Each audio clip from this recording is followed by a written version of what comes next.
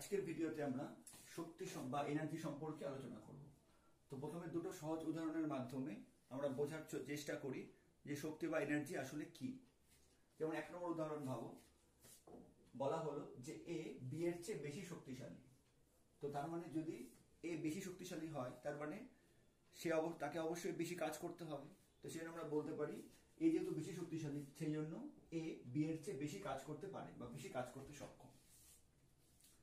আচ্ছা, এবার 2 নম্বর উদাহরণ ভাবো, আমি হয়তো বললাম যে এ কিছু কাজ করার পরে ক্লান্ত হয়ে পড়েছে। তো এ কিছু কাজ করার পরে ক্লান্ত হয়ে পড়লো কেন? তার মানে এ যে কিছু পরিমাণ কাজ করলো তার জন্য তাকে কিছু না কিছু লস হয়েছে বা এই কাজের জন্য এ কিছু ব্যয় করতে হয়েছে। অবশ্যই যখন আমি বলছি যে এ ক্লান্ত হয়ে পড়েছে তার মানে এর কি হয়েছে, কিছু না কিছুর একটা হ্রাস হয়েছে বা কিছু না কিছু একটা কমতি হয়েছে। সেই যে কিছুটা বলছি এই কিছুটাই কিন্তু হচ্ছে শক্তি। অর্থাৎ যখনই কোনো মানুষ কাজ করছে তার কিছু না কিছুর একটা ঘাটতি হচ্ছে, সেই কিছুটাই হচ্ছে শক্তি। তার মানে এই দুটো উদাহরণ থেকে আমরা বুঝতে পারছি যে যখনই কোনো মানুষ কাজ করছে তার শক্তি তার মানে কমে যাচ্ছে বা তার এনার্জি লস হচ্ছে।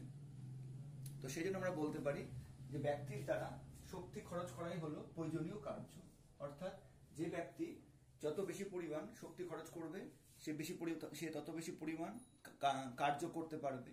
বা ঘুরিয়ে বললে যে ব্যক্তি বা যে মানুষ যত বেশি পরিমাণ কার্য করবে তার ঠিক তত পরিমাণ শক্তির হ্রাস ঘটবে।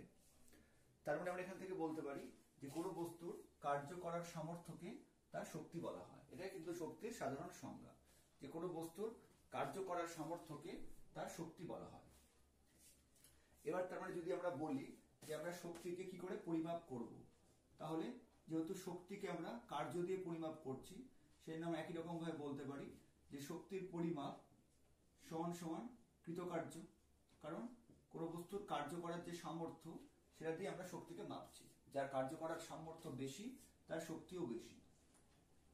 তাহলে আমরা শক্তির পরিমাপ কিভাবে করব? কৃতকার্য দ্বারা। আর কৃতকার্য আমরা কিভাবে পরিমাপ করি? বল ইন্টু সরণ দ্বারা। আরো ভালো করে বললে যে কোণের ব্যাপারগুলো আছে, অর্থাৎ কার্যকে আমরা যেমন ভাবে পরিমাপ করতে পারি শক্তিকেও কিন্তু আমরা একই রকম ভাবে পরিমাপ করতে পারি, কারণ কার্য দ্বারাই কোনো বস্তুর শক্তি পরিমাপ করা হয়। এবার যদি বলি যে শক্তি কি ধরনের রাশি, তো যেহেতু আমরা শক্তিকে কি দিয়ে পরিমাপ করছি? কার্য দিয়ে। আর কার্য একটা স্কেলার রাশি, সেই জন্য শক্তিও কি হবে? একই রকম ভাবে স্কেলার রাশি হবে। আর এমনিও বুঝতে পারছো যে আমরা যে শক্তি এনে লস হচ্ছে বা শক্তি গেইন হচ্ছে, তো তার কোনো নির্দিষ্ট ডিরেকশন নেই। সেই জন্য বলতে পারি যে শক্তি এক ধরনের স্কেলার রাশি। এবার শক্তির মাত্রা কি হবে? যেহেতু শক্তিকে আমরা কার্য দিয়ে প্রকাশ করছি সেই জন্য কার্যের মাত্রা যা হবে শক্তিরও কিন্তু মাত্রা তাই হবে, অর্থাৎ ml/t-2। যেমন ভাবে আমরা কার্যের মাত্রা নির্ণয় করেছিলাম শক্তির মাত্রাও একই রকম হবে। এবার আসছে এককে। শক্তির একক কি? হ্যাঁ, এই প্রশ্নটা অনেক সময় আসে যে কার্য ও শক্তির এককগুলি কি এক এবং কেন? তো তখন বলবো যে কার্য এবং শক্তির এককগুলি এক, তার কারণ আমরা কৃতকার্যের দ্বারাই কোনো বস্তুর শক্তি পরিমাপ করছি। সেই জন্য কার্যের একক আর শক্তির একক কিন্তু একই হবে, কারণ কার্য দ্বারাই কোনো বস্তুর শক্তি পরিমাপ করা হয়। সেই জন্য কার্যের যে একক পেয়েছিলাম শক্তির একক কিন্তু একই হবে। যেমন পরম একক আমরা কি পেয়েছিলাম? সিজিএস এ আর্ক, আর এসআইতে ছিল জুল পরম এককের ক্ষেত্রে। আর অভিকর্ষ এককের ক্ষেত্রে কি ছিল? গ্রাম সেন্টিমিটার। আর এসআই এককের ক্ষেত্রে অভিকর্ষ একক কি ছিল? Kilogram metre. অর্থাৎ কার্যের এককগুলো পড়লেই সেটাই কিন্তু শক্তির একক হয়ে যাবে। 8 জুল পরম একক সিজিএস আর এসআই পদ্ধতিতে, আর অভিকর্ষ একক সিজিএস এ গ্রাম সেন্টিমিটার, এসআইতে কিলোগ্রাম মিটার, একদম সেম হয়ে যাবে। এগুলো সাধারণ বিষয়গুলো। এবার শক্তির আসল কনসেপ্টটা কি সেটা দেখি। এটা হচ্ছে শক্তির আসল কনসেপ্ট। দেখো, বলছে কোনো বস্তুর কাজ করার মাধ্যমে শক্তির স্থানান্তর ঘটে। অর্থাৎ যখনই কোনো বস্তু কাজ করছে তার শক্তিটা কিন্তু কখনো শেষ হয়ে যাচ্ছে না, তার শক্তিটা একটা বস্তু থেকে অন্য বস্তুতে ট্রান্সফার হচ্ছে। এবার যখন কোনো বস্তু কাজ করে তখন তার শক্তি অন্য বস্তুতে স্থানান্তরিত হয়, ফলে তার নিজের শক্তি কমে এবং যে বস্তুর উপর কাজ করা হলো হয় তার শক্তি বাড়ে। এটা কিন্তু খুবই গুরুত্বপূর্ণ কনসেপ্ট। এই লাইনটা তুমি লিখে রাখো বা মনে রাখো, কিন্তু তোমার জন্য কনসেপ্টটা ক্লিয়ার হয়। তো এখানে কি বলতে চাইছে, যে যখন কোনো বস্তু কার্য করবে তার মানে কি হবে, তার শক্তিটা কমে যাচ্ছে। এবার সেই শক্তিটা কোথায় যাচ্ছে? শক্তিটা কি শেষ হয়ে যাচ্ছে বা নষ্ট হয়ে যাচ্ছে? না, শক্তি কিন্তু কখনোই নষ্ট হয় না। যখন কোনো বস্তু কাজ করছে, সেই শক্তিটা সেই বস্তু থেকে বা সেই ব্যক্তি থেকে যে বস্তুর উপর কাজ করা হচ্ছে তার মধ্যে ট্রান্সফার হয়ে যাচ্ছে। তার ফলে যে ব্যক্তি কাজ করছে তার নিজের শক্তি কমছে এবং যে বস্তুর উপর কাজ করা হচ্ছে তার শক্তি বাড়ছে। তো এটাকে একটা উদাহরণ দিয়ে ভাবো তুমি যখন পেন দিয়ে খাতার উপর কোনো কিছু লিখছো, যেমন আমি এরপরে ফিজিক্স লিখলাম ধরে নাও। তো এবার বলো যে এই যে পেনের কি প্রথমে কোনো শক্তি ছিল বা কার্য করার সামর্থ্য ছিল না। কারণ আমি কি করলাম, আমি এখানে নিজের শক্তি খরচ করে পেনটা দিয়ে লিখলাম। তার মানে আমার শক্তিটা কার মধ্যে ট্রান্সফার হলো, এই পেনের মধ্যে ট্রান্সফার হয়ে গেল। এটা এখানে বলেছি, যখন কোনো বস্তু কাজ করে, অর্থাৎ আমি যখন লিখছি তখন তার শক্তি অন্য বস্তুতে স্থানান্তরিত হয়। তার মানে আমি যখন পেন দিয়ে লিখছি তখন আমার শক্তিটা কার মধ্যে ট্রান্সফার হলো, পেনের মধ্যে ট্রান্সফার হলো। তার ফলে কি হলো, তার নিজের শক্তি কমে, অর্থাৎ আমার নিজের শক্তি কমে গেল। আর যে বস্তুর উপর কাজ করা হলো, এবার এখানে আমি কার উপর কাজ করছি, পেনের উপর কাজ করছি, সেই জন্য পেনের শক্তিটা বেড়ে যাচ্ছে। কিন্তু আমি যদি হাতটা যদি না ঝুঁকাই বা আমার যদি শক্তি খরচ না করি, আমি যদি এইভাবে ঠেকিয়ে রেখে দিই পেনটাকে বোর্ডের উপর, বা তোমরা যদি পেনটাকে খাতার উপর জাস্ট ঠেকিয়ে রেখে দাও, তুমি যদি শক্তি খরচ না করো, তাহলে কি পেনটা লেখা পড়বে না কিন্তু। তার মানে পেনের প্রথমে কোনো শক্তি ছিল না। তুমি যখন তোমার নিজের শক্তি ব্যয় করে পেনটাতে দিলে তখন কি হলো, পেনটা শক্তি পেলো, তোমার সেই শক্তিটা, তার মানে এখানে শক্তির স্থানান্তর হলো। তার ফলে তোমার শক্তি কিন্তু কমে গেল, বা তোমার হাতটা একটু ব্যথা করলো বা শক্তি কমে গেল, কিন্তু পেনের শক্তি বেড়ে গেল। তো এইভাবে কিন্তু শক্তি কিন্তু কখনোই শেষ হয়ে যায় না, শক্তি এক বস্তু থেকে অন্য বস্তুতে রূপান্তরিত হতে পারে। আর যে ব্যক্তি বা যে কাজ করবে তার শক্তি কমবে, আর যে বস্তুর উপর কাজ করা হবে তার শক্তি বাড়বে। বা যেমন ভাবো যে তোমাকে একটা কোদাল দেওয়া হলো, এবার তুমি যদি কোদালটা যদি মাটির উপর ঠেকিয়ে রেখে দাও, তাহলে কিন্তু মাটি কাটা যাবে না। তোমাকে এবার কি করতে হবে, সেই কোদালটা নিয়ে মাটির উপর আঘাত করতে হবে। তার ফলে তোমার শক্তি কমবে। আর কার শক্তি বাড়বে, যে বস্তুর উপর কাজ করা হচ্ছে, অর্থাৎ কোদালের শক্তিটা বাড়বে। তার মানে তোমার শক্তিটা কোদালের মধ্যে ট্রান্সফার হয়ে গেল। তার ফলে তোমার শক্তি কিছুটা কমলো আর কোদালের শক্তি কিছুটা বাড়লো। তুমি যত বেশি কার্য করবে বা তোমার শক্তি যত দেবে, কোদালটা তত বেশি পরিমাণ মাটি কাটতে সক্ষম হবে। তার মানে এখানে তোমার শক্তিটা কোদালের মধ্যে ট্রান্সফার হয়ে গেল। তো এই কিন্তু হচ্ছে শক্তির মেন কনসেপ্টটা। সংজ্ঞাগুলো এমনিতে তো পড়তে পারবে, কিন্তু এই কনসেপ্টগুলো যেন একদম ক্লিয়ার হয়। আচ্ছা, তো তার মানে আমরা দেখলাম যে শক্তিটা এক বস্তু থেকে অন্য বস্তুতে রূপান্তরিত হতে পারে। এবার শক্তির কত রকম রূপ হতে পারে, বা প্রকৃতিতে শক্তি কত প্রকারে অবস্থান করতে পারে। তো তোমরা এটা হয়তো লিথিক ক্লাসও পড়েছো, যে শক্তি মোটামুটি প্রকৃতিতে যে সাধারণ শক্তির কথা আমরা বলি, সেই শক্তিগুলোকে আমরা মোটামুটি 8 ভাগে ভাগ করতে পারি। যান্ত্রিক শক্তি, তাপ শক্তি 2 নম্বর, 3 নম্বর আলোক শক্তি,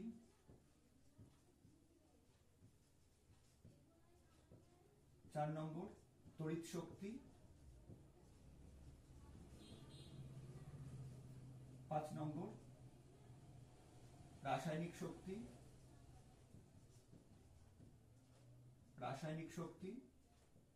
6 নম্বর চুম্বক শক্তি,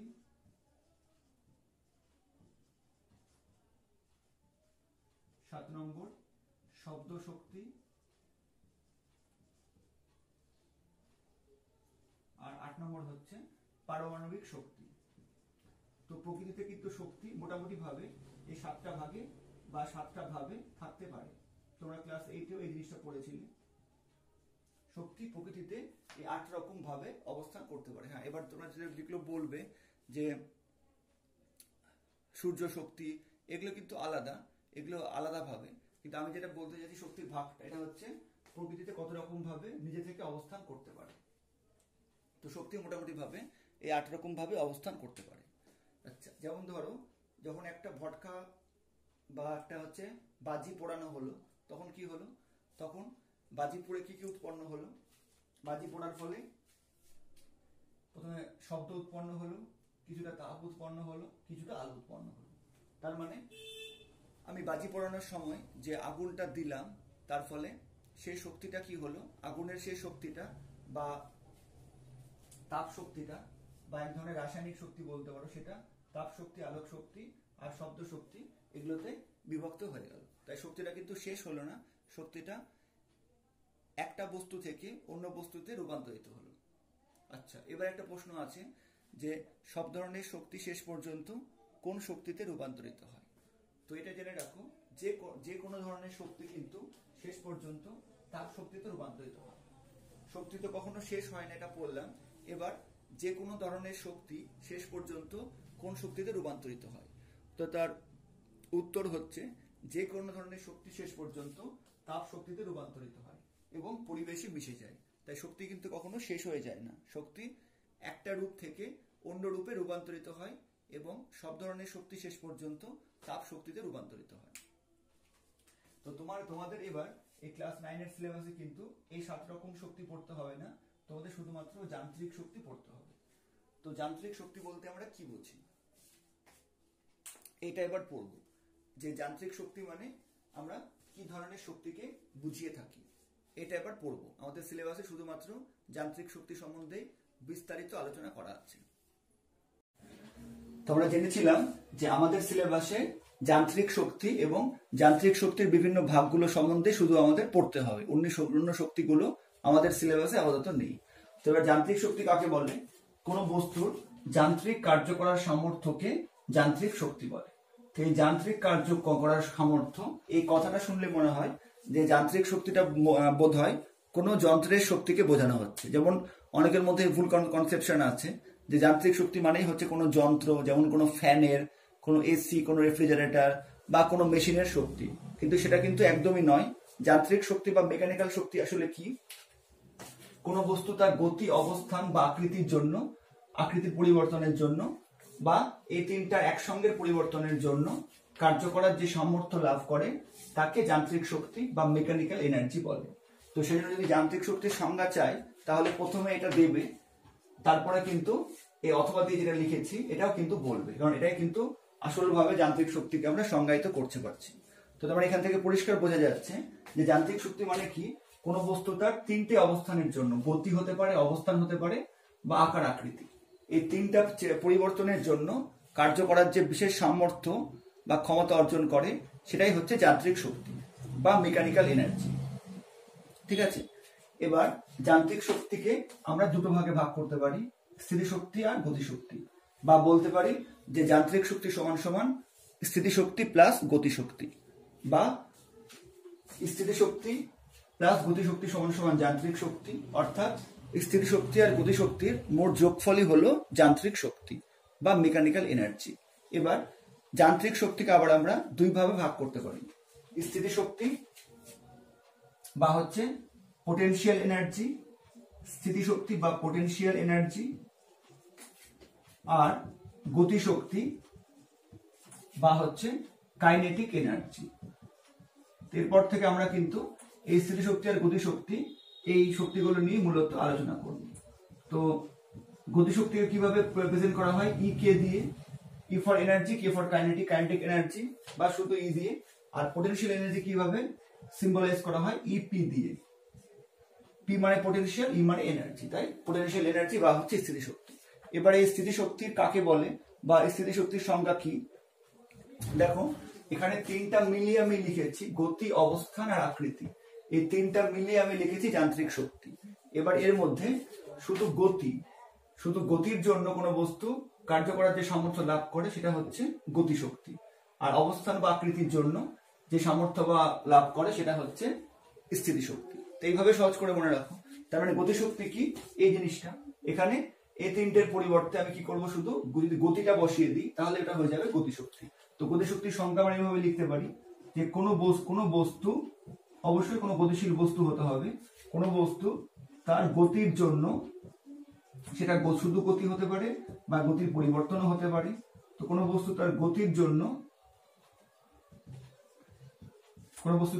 জন্য কার্য করার যে সামর্থ্য লাভ করে, অর্থাৎ কোনো বস্তুর মধ্যে যদি কোনো গতি থাকে বা স্পিড থাকে তাহলে সে কি করবে, তার মধ্যে কার্য করার একটা সামর্থ্য বা একটা ক্ষমতা জন্মাবে। তাকে কি বলবো আমরা, গতিশক্তি বা হচ্ছে কাইনেটিক এনার্জি বা ইকে, বা অনেক সময় শুধু ই দিয়েও এটাকে ডিনোট করা হয়। এবার এটার উদাহরণ কি হবে, যেমন তোমরা জানো যে আমাকে যদি অনেকটা দূরত্ব লাফাতে হয় তখন কিন্তু আমাকে অনেক দূর থেকে দৌড়ে আসতে হবে। এবার আমি যদি দৌড়ে না এসে শুধু দাঁড়িয়ে দাঁড়িয়ে লাফাতে চাই তাহলে কিন্তু আমি বেশি দূরত্ব পর্যন্ত কখনোই লাফাতে পারবো না।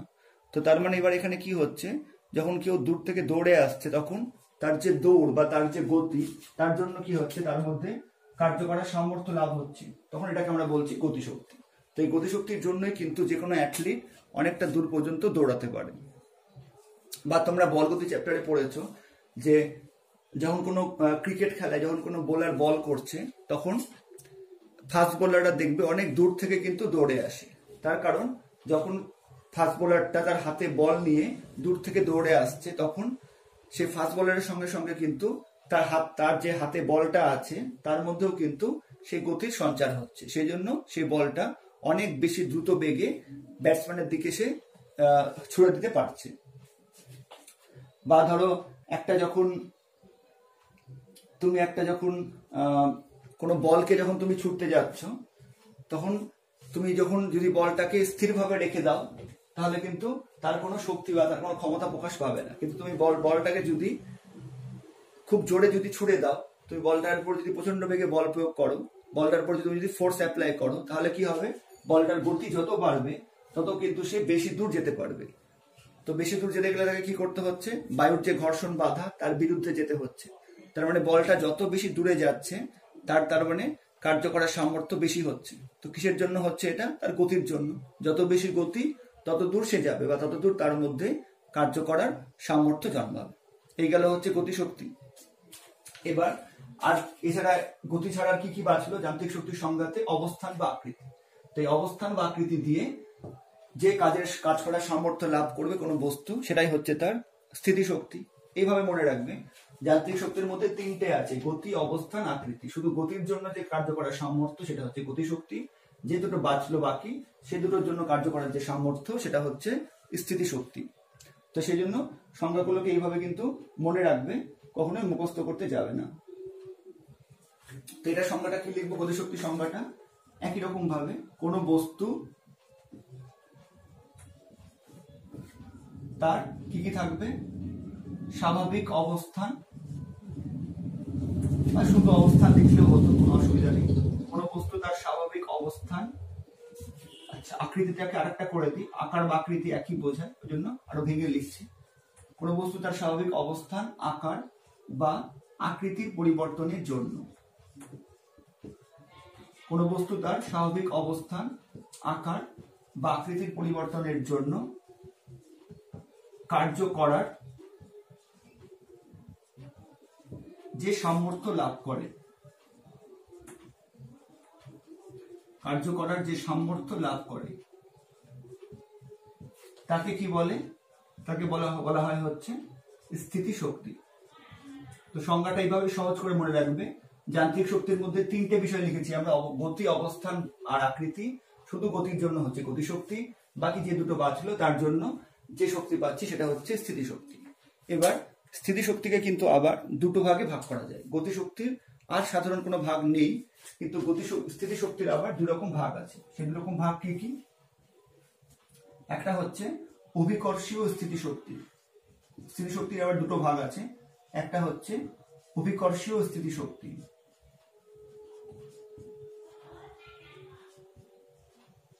আর একটা হচ্ছে স্থিতিস্থাপক স্থিতিশক্তি।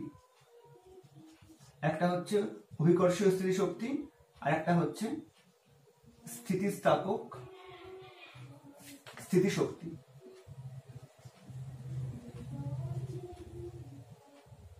ঠিক আছে, এবার অভিকর্ষীয় স্থিতিশক্তির টার্মটা কি, এটা হচ্ছে অভিকর্ষীয় স্থিতিশক্তি হচ্ছে গ্রাভিটেশনাল পোটেনশিয়াল এনার্জি।